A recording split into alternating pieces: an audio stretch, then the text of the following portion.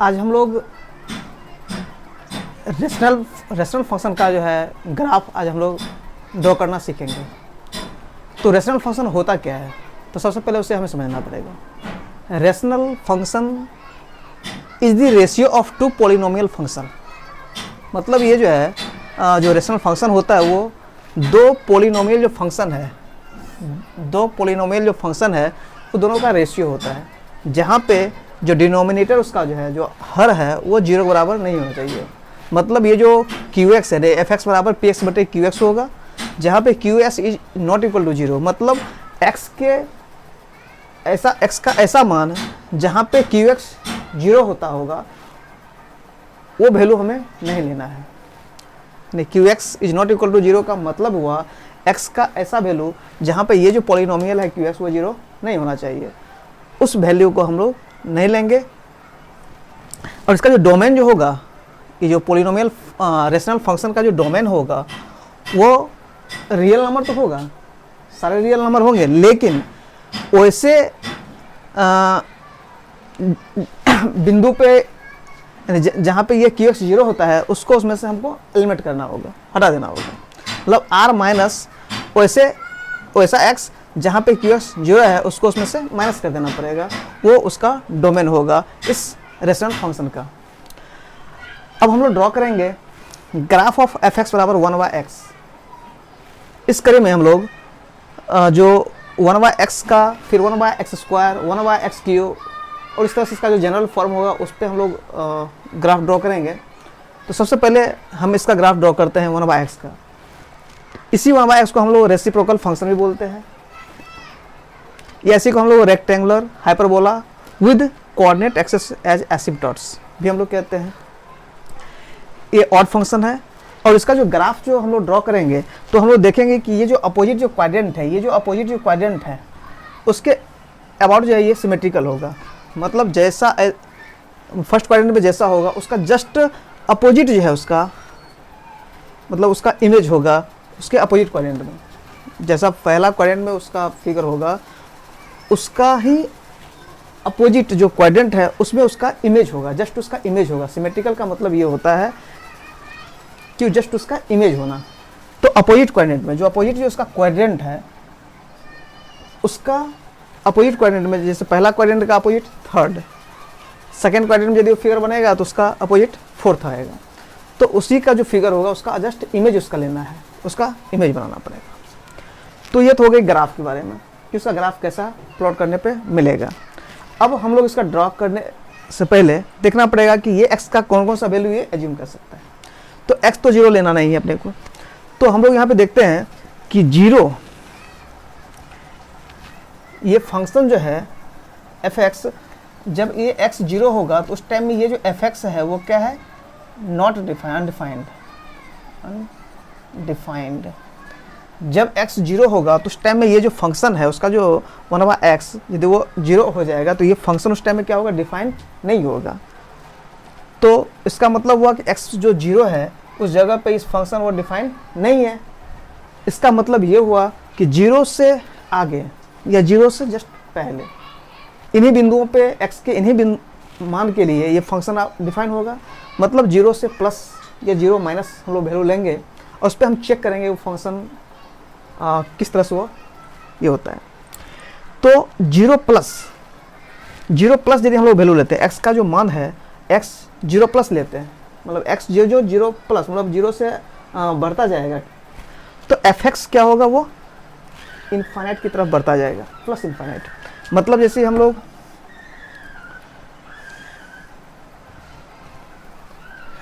और ये हमने एक देखा कि इसका जो फंक्शन का जो ग्राफ होगा 1 पे भी इसका कितना होगा, 1 होगा, -1 पे -1 होगा। तो 0 पे ये डिफाइन नहीं है, लेकिन 1 पे जो है इसका हम देखते हैं तो 1 पे कितना होगा, 1 ही होगा। -1 पे भी क्या होगा, -1 होगा, क्योंकि 1/1 1 ही होता है, 1/-1 भी -1 होता है। तो 1 पे तो डिफाइन है, मतलब ये 1 आ रहा है इसका, लेकिन 1 से हम ज़्यादा जो वैल्यू लेते जाएंगे। जैसे मान लेते हैं कि हमने x की जगह पे 2 लिया, x जगह पे 2 लिया हमने, x का जो वैल्यू हम 2 ले रहे हैं, तो उस केस में जो f(x) है उसका वैल्यू कितना आ जाएगा, 1/2 हो रहा है, मतलब ये घट रहा है। x का वैल्यू हमने 2 लिया, तो ये fx का वैल्यू कितना हो गया 1/2 आ रहा है, मतलब कि यहाँ पे आ रहा है अप्रॉक्स। मतलब इसका हुआ कि जो x का जो वैल्यू है वो 0 से प्लस होता जाएगा, मतलब इनफाइनाइट की तरफ वो एक बहुत बड़ा वैल्यू हम लोग की तरफ ये जब ये बढ़ेगा तो fx का मान क्या होगा, वो 0 की तरफ टेंड करेगा। मतलब जो x जो है 0 प्लस की जाएगा, fx का जो वैल्यू होगा वो प्लस इनफाइनाइट की तरफ अग्रसर होगा। मतलब उसको हम लोग ड्रॉ करना चाहेंगे तो इस तरह से इसको ड्रॉ कर सकते हैं।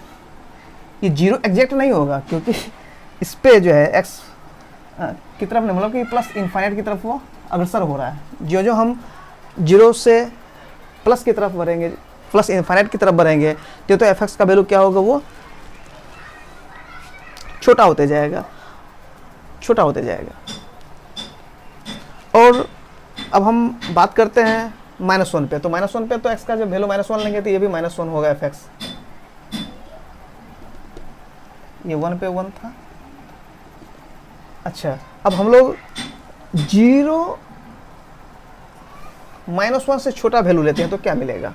यदि हम लोग -1 से छोटा वैल्यू लेते हैं यानी -1/2 लेते हैं तो क्या मिलेगा। यदि x का वैल्यू हम लोग -1/2 लेते हैं, x का वैल्यू हम लोग क्या लेते हैं -1/2 लेते हैं, तो उस केस में fx का मान कितना होगा, fx का मान कितना होगा 1/-1/2, यानी कि ये चला जाएगा -2 हो जाएगा। मतलब जब ये x का वैल्यू हम लोग -1/2 ले रहे हैं तो उस टाइम में इसका वैल्यू, तो थोड़ा सा इसको इधर करना पड़ेगा, मतलब ये इस तरह से आ जाएगा। x का वैल्यू हम यदि -1/2 ले रहे हैं तो उस टाइम इसका वैल्यू -2 हो रहा है।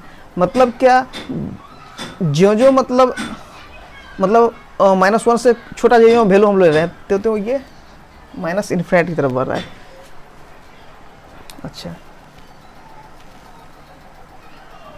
अब 0 -1 से थोड़ा सा यानी कि 0 से प्लस हम की तरफ बढ़ेंगे, सॉरी 0 से हम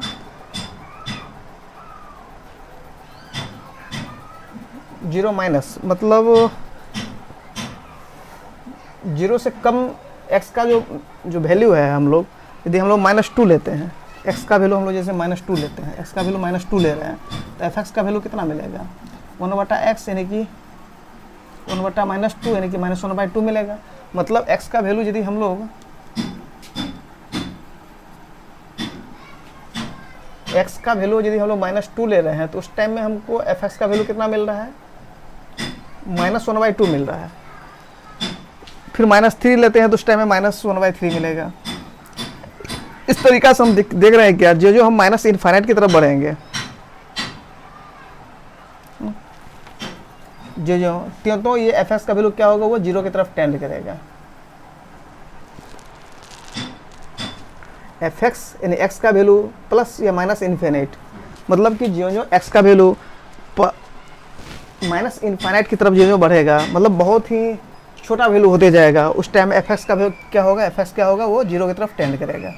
मतलब इस तरीके से पूरा टच नहीं करेगा, ये एक्स एक्सिस में वो टच नहीं करेगा, लेकिन वो उसके तरफ वो 0 की तरफ वो fx जो है वो टेंस करेगा, उसकी तरफ वो अग्रसर होते हुए जाएगा। तो हमने देखा ये दोनों ही केस में जब x प्लस इनफाइनाइट या माइनस इनफाइनाइट की तरफ बढ़ रहा था, उस टाइम fx क्या हो रहा है, 0 की तरफ वो टेंड कर रहा है, 0 की तरफ वो अग्रसर होते जा रहा था। मतलब ये केस था, जो हम 0 से ज़्यादा हम वैल्यू लेते जाएंगे तो fx का वैल्यू जो है वो 0 की तरफ टेंड करेगा, या 0 माइनस की तरफ हम बढ़ेंगे या माइनस इनफाइनाइट की तरफ x का वैल्यू बढ़ेगा तो fx का वैल्यू क्या होगा, वो 0 की तरफ टेंड्स करेगा, मतलब उसकी तरफ अग्रसर होते जाएगा। तो कुल मिलाकर ये हमने देखा कि 0 पे ये फंक्शन जो है डिफाइन नहीं है, उस पर इसका ग्राफ हम ड्रॉ नहीं करेंगे, 0 पे ये डिफाइन नहीं है, लेकिन ये 0 के प्लस 0 माइनस पे इसका हमने ग्राफ प्लॉट किया है, इसे नोट डाउन करें।